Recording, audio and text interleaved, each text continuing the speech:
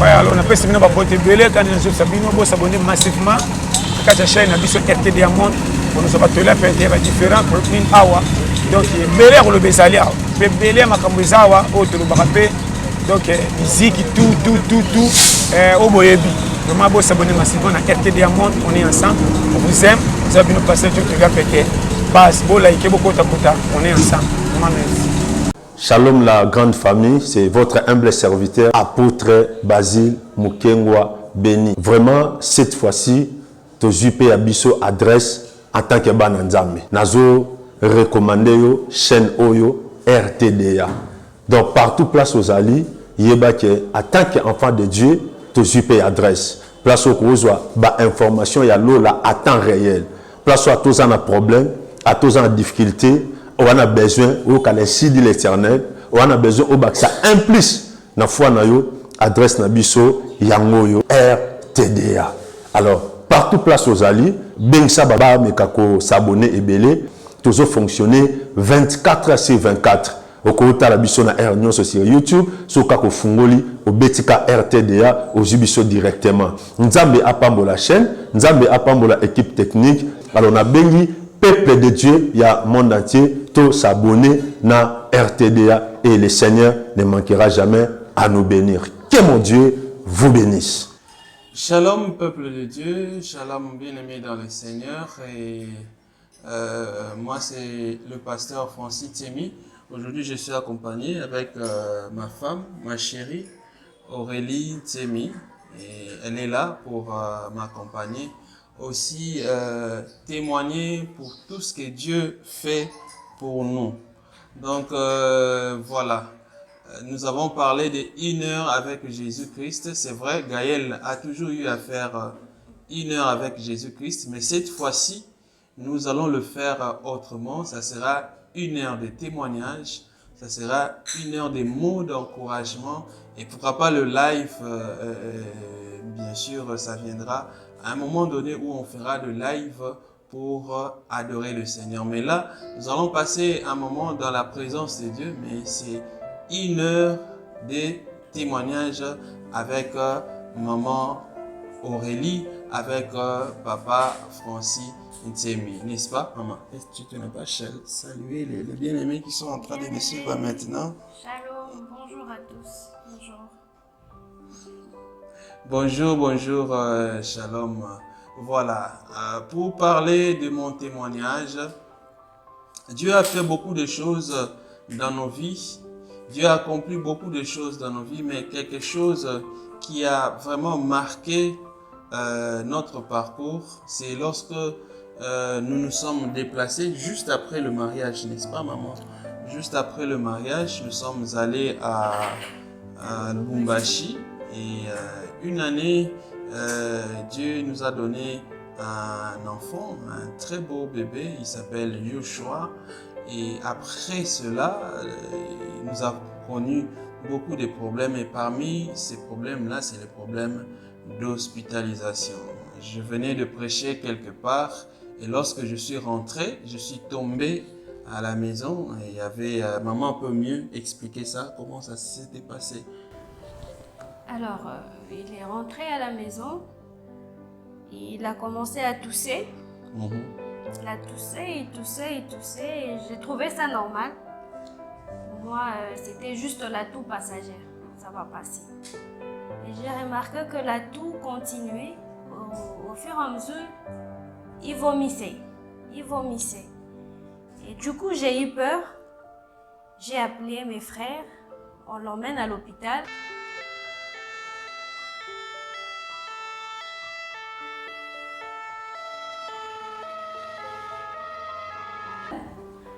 On fait d'abord le test Covid, on nous dit que c'était négatif. Il n'y avait rien. Et l'état s'empirait. On a fait à l'hôpital presque 2 semaines. Il était sous oxygène et ça n'a pas du tout été facile pour moi. L'état faisait que s'empirer du jour au lendemain. Il ne respirait plus, il ne voyait plus, il a perdu l'usage des pieds, il a tout perdu. Il ne voyait plus, il ne parlait plus. On ne pouvait plus le voir. C'était très compliqué. Alors, ce qu'on avait, c'était que Christ qui nous restait. Les docteurs m'appelaient dans leur bureau. Ils me demandaient, maman, vous avez combien d'enfants? Il est passé par où? Toutes les explications que je donnais n'aboutissaient à rien. Qu'est-ce que j'ai mangé? Qu'est-ce qu'il a mangé? Alors c'était terrible. Ce que moi je faisais au départ, je faisais que pleurer. Je me disais que ça va s'améliorer, il y a les docteurs qui sont là et tout. Et quand l'état a commencé à s'empirer, je ne savais plus quoi faire. Je rentre à la maison, je vois ses chaussures, je vois ses habits, j'ai dit non, tu ne peux pas me quitter comme ça. J'ai encore pleuré. Et l'enfant ne dormait plus avec nous. Aujourd'hui, il est chez la sœur, demain, il est chez les frères, le lendemain, je ne le voyais même plus. Et j'avais plus de force. Il mangeait plus. Il était parti. Il était parti. Il n'était plus là. Je rentre à la maison, j'ai pleuré. Là, je ne voyais... donc, j'étais seule, au fait. Et j'entends une voix qui me dit, Aurélie, prie. Ne pleure pas, prie. J'ai prié, je prie, ça n'allait toujours pas. Je me suis dit non, que je retourne à l'hôpital. J'arrive là, on le transfère, on dit non, il faudra faire quelques examens au niveau du poumon. Oui. Au niveau du poumon, ça doit être du poison. Oui. On prend l'ambulance, on arrive là, on le fait... On arrive là, c'était faire les examens au niveau du poumon. Mais ils détectent d'autres problèmes. Ils disent qu'ils doivent faire les examens au niveau du cœur. Et ça ne s'arrête pas là. Non, les cœurs ont un souci, on doit faire les examens au niveau du foie. Ça ne s'arrête pas là. On doit faire les examens au niveau de rein. Mais j'ai dit, Seigneur, c'est quoi ça? C'est quoi ça? Et tous ces examens-là, il paraît que ça devait se faire. Les résultats, les diagnostics devaient sortir après une semaine. Il y a un examen qui demandait les résultats d'urgence.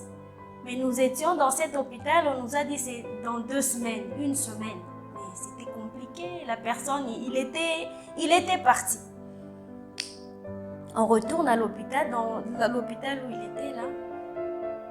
On lui met encore sous oxygène. Et l'oxygène, comment on dit, ça faisait une fuite, hein, l'eau au fait, l'eau s'échappait au fait, au lieu que l'eau, oui, voilà. C'était pas du tout facile. J'ai commencé à prier. J'ai pris le courage de prier, de l'appeler à la vie. Jésus-Christ, il n'est plus dans le tombeau. S'il était dans le tombeau, lui, Francis, pouvait partir. Mais comme Jésus-Christ, il est ressuscité, il ne pouvait plus partir. J'ai commencé à déclarer. L'état a commencé à s'améliorer et on a demandé le transfert pour notre hôpital. Avant de quitter cet hôpital, c'était aux environs des 22 heures. Le docteur me dit c'est impossible de le sortir. Parce que si on le déconnecte de l'oxygène, il part. J'ai dit non, moi Dieu ne m'a pas dit ça, il ne partira pas. Il va vivre.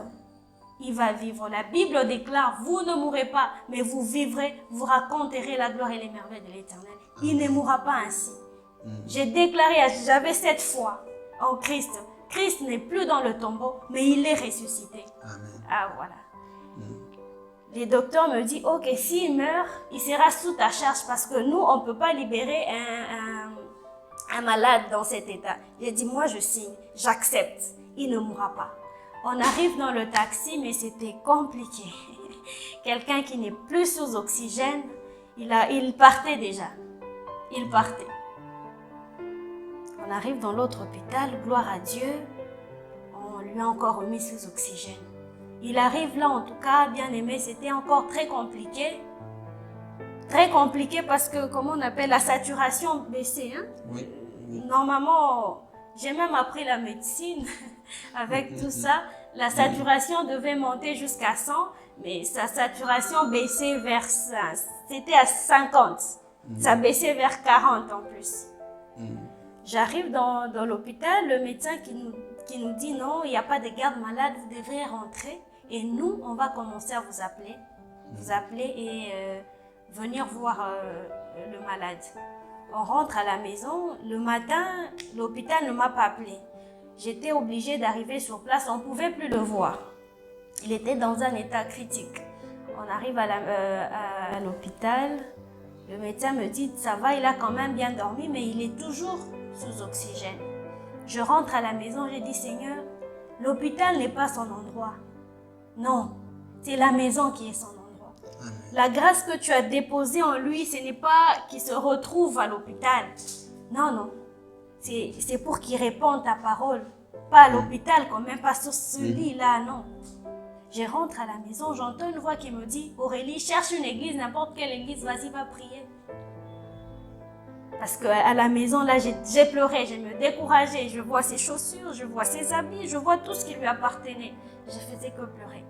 Je vais dans une église, j'ai prié. Bien-aimé, j'ai invoqué la grâce de Dieu ce jour-là. J'ai prié comme je n'ai jamais prié de toute ma vie. Au moment où moi, j'étais dans cette église, lui, il était sous oxygène. Hein, c'est ça? Oui.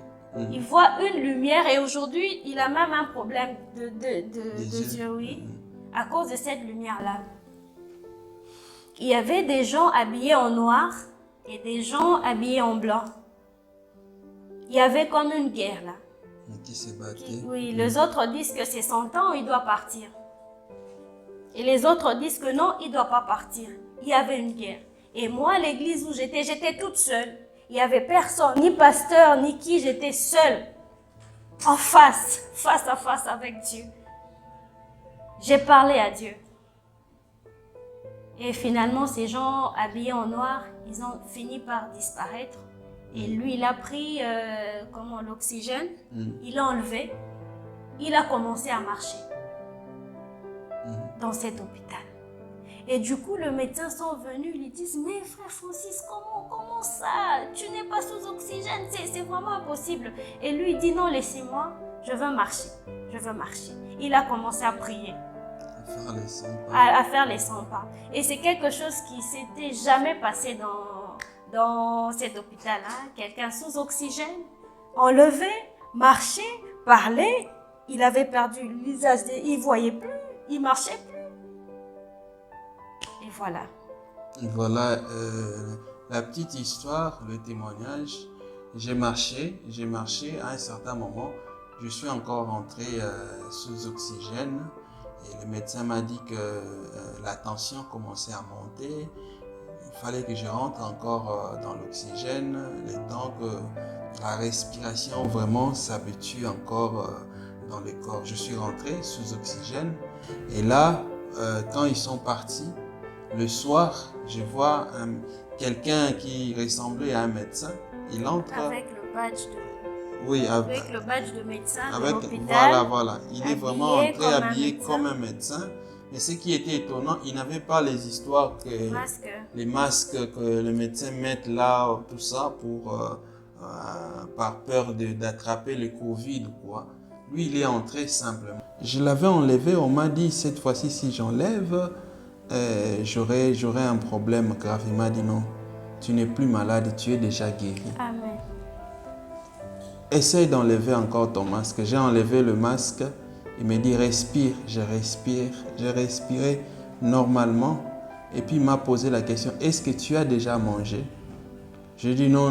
Tout ce qu'on m'amène ici, je ne sais pas manger parce que la respiration, beaucoup de choses ne marchent pas comme il se devait. Il me dit, mais tu es guéri. Tu peux manger. Il me dit, prends la nourriture qui était là. J'ai pris la nourriture. J'ai commencé à manger. J'ai mangé, lui aussi a commencé à manger. Et puis je vais lui poser la question, mais d'habitude je ne vous vois pas, je vois d'autres médecins. Mais qui êtes-vous? D'où venez-vous? Il m'a dit non, je suis quelqu'un qu'on a envoyé, je suis juste un envoyé pour te dire que tu es guéri. Je lui demande comment on vous appelle, il me dira je m'appelle Gabriel. Par là, j'ai compris finalement après que c'était l'ange Gabriel parce que quand je me suis endormi, je me suis réveillé, j'ai vu il n'y avait plus personne dans la chambre et la porte de la chambre était fermée. Voilà, c'est là où ma guérison a commencé. Les médecins sont venus. La prochaine fois, ils ont trouvé, j'étais normal. Il n'y avait plus de masque, je parlais. J'écoutais même la radio Parole Éternelle, là où je travaillais. La prière qui s'est passée à l'église, j'étais complètement guéri. Voilà les choses que Dieu a fait pour nous dans notre famille, la famille Sémi. Nous avons été visités par l'Éternel et nous croyons que ce que Dieu a fait pour nous, il peut le faire aussi pour vous. Quel que soit le stade ou les niveaux de la maladie, quels que soient les résultats, le diagnostic que les médecins ont donné en ce qui vous concerne, nous avons un Dieu qui guérit. Et j'aimerais vous dire à vous qui nous écoutez, rien n'est impossible à Dieu. Peu importe ce que les médecins peuvent dire, c'est eux. C'est pas ce que Dieu dit. Non. Et après, quand il a vu le docteur Gabriel, l'ange Gabriel, bon, lui s'est présenté comme docteur Gabriel. Le samedi, parce que son hospitalisation devait au moins prendre 6 mois. Mais on a fait dans cet hôpital que même pas une semaine, 4 jours seulement. Le samedi, l'hôpital m'appelle parce que l'hôpital ne devait pas appeler. Soit si on vous appelle, il est en vie, soit il est parti. Et quand l'hôpital m'a appelé, allô, c'est l'hôpital. J'ai dit, mon Dieu, qu'est-ce qui se passe? Vous pouvez venir prendre le pasteur. J'ai dit, qu'est-ce qu'il y a? Il va bien, on l'a libéré, il est en bonne santé. Mais j'ai pleuré de joie. J'ai pleuré de joie. Et tout le monde me disait que non, il est déjà parti. Donc toi, prépare-toi à être veuve parce qu'il est On parti. commençait déjà à la fortifier, sois forte. Tout le monde me fortifiait, sois forte, c'est la vie. Et moi je disais appelle non. sa maman à Kinshasa. Non, il ne mourra pas ainsi. Il va retourner dans la maison. Et j'ai posé l'acte de foi. J'ai renouvelé la maison au moment où il était à l'hôpital.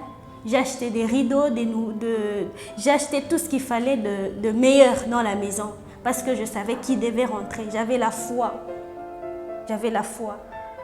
Et vous qui me regardez, peu importe, ayez la foi que Christ, il n'est plus dans le tombeau. Il est ressuscité pour que nous ayons la vie. Amen. Elle a eu à faire un acte de foi. Elle a commencé à peindre la maison. Elle sait que j'aime beaucoup les couleurs. Elle a mis la couleur préférée dans la maison. Elle a coupé les fleurs du jardin. Les gens me prenaient pour les gens, sa famille la prenait pour une folle. Ils ont dit non, c'est la folie qui commence. Elle a arrangé, elle a changé les meubles de la maison. Elle a arrangé la maison comme j'aime. Elle se disait, son mari va rentrer. Pendant qu'elle était en train d'activer la foi, moi là-bas à l'hôpital, j'étais en train de vivre la visitation de l'Éternel. Écoutez, l'ange qui nous a visités peut vous visiter aussi. Quel que soit le degré, les niveaux de votre maladie, la Bible dit « Rien n'est impossible à Dieu ». Ce qui est étonnant pour les hommes ne l'est pas pour Dieu. Ce qui est difficile, compliqué pour les hommes ne l'est pas pour notre Dieu. Ce qui limite la science, ce qui limite l'intelligence, le savoir des hommes ne limite pas Dieu. Il est au-dessus de toutes choses. Il peut faire quelque chose aujourd'hui. Si vous le croyez, Dieu va vous toucher et vous serez réellement restauré et guéri. Amen. Dieu bénisse toute personne qui va écouter ce témoignage. Que Dieu fortifie toute personne qui passe par des moments difficiles où il n'y a plus d'espoir. L'unique espoir, c'est Christ. Ce n'est pas les hommes. Les hommes peuvent se limiter. Mais Christ, il est au-delà. Il agit au-delà. Amen. Ayons juste la foi. Accrochons-nous juste à Dieu. Et nous resterons toujours au sommet. Nous resterons toujours au sommet parce que c'est lui qui vit en nous et plus fort que celui qui est dans le monde, c'est lui qui vit en nous, il est le Dieu très haut. Puisqu'il est très haut, nous vivons avec lui, nous mangeons à sa table, nous sommes assis à côté de lui, nous sommes nous aussi au sommet. Alors, tout ce que vous devez faire, c'est rester connecté à Dieu. Quelles que soient les difficultés, quels que soient les temps difficiles que vous traversez, restez connecté au Seigneur. Il est capable de vous surprendre. Il est capable de vous faire du bien au-delà de ce que vous attendez. Aujourd'hui, j'ai une santé de fer. Aujourd'hui, parfois, je me moque de certaines personnes qui tombent malades. Je dis, oh papa, il y a de ceux qui appellent le pasteur pour demander s'il est mort. Il n'est pas mort, il est vivant.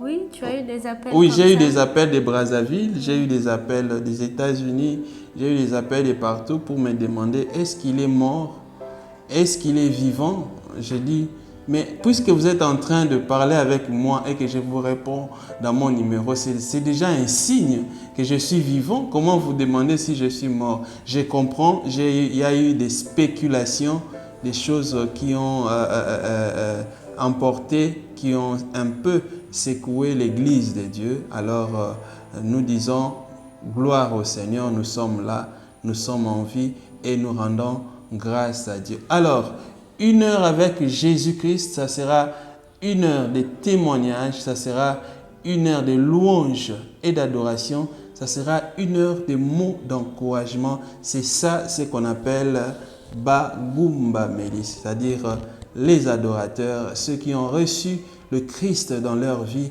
et ceux qui s'efforcent, ceux qui se battent chaque jour à faire la volonté du Seigneur. Ça va commencer à se passer comme ça chaque samedi. Si vous ne voyez pas directement sur la page RTDA, vous allez nous retrouver sur YouTube RTDA et pourquoi pas sur ma page officielle Francis Ntemi en majuscule. Sinon, nous sommes ensemble, nous vous aimons beaucoup, restons ensemble, soutenons-nous dans la prière surtout.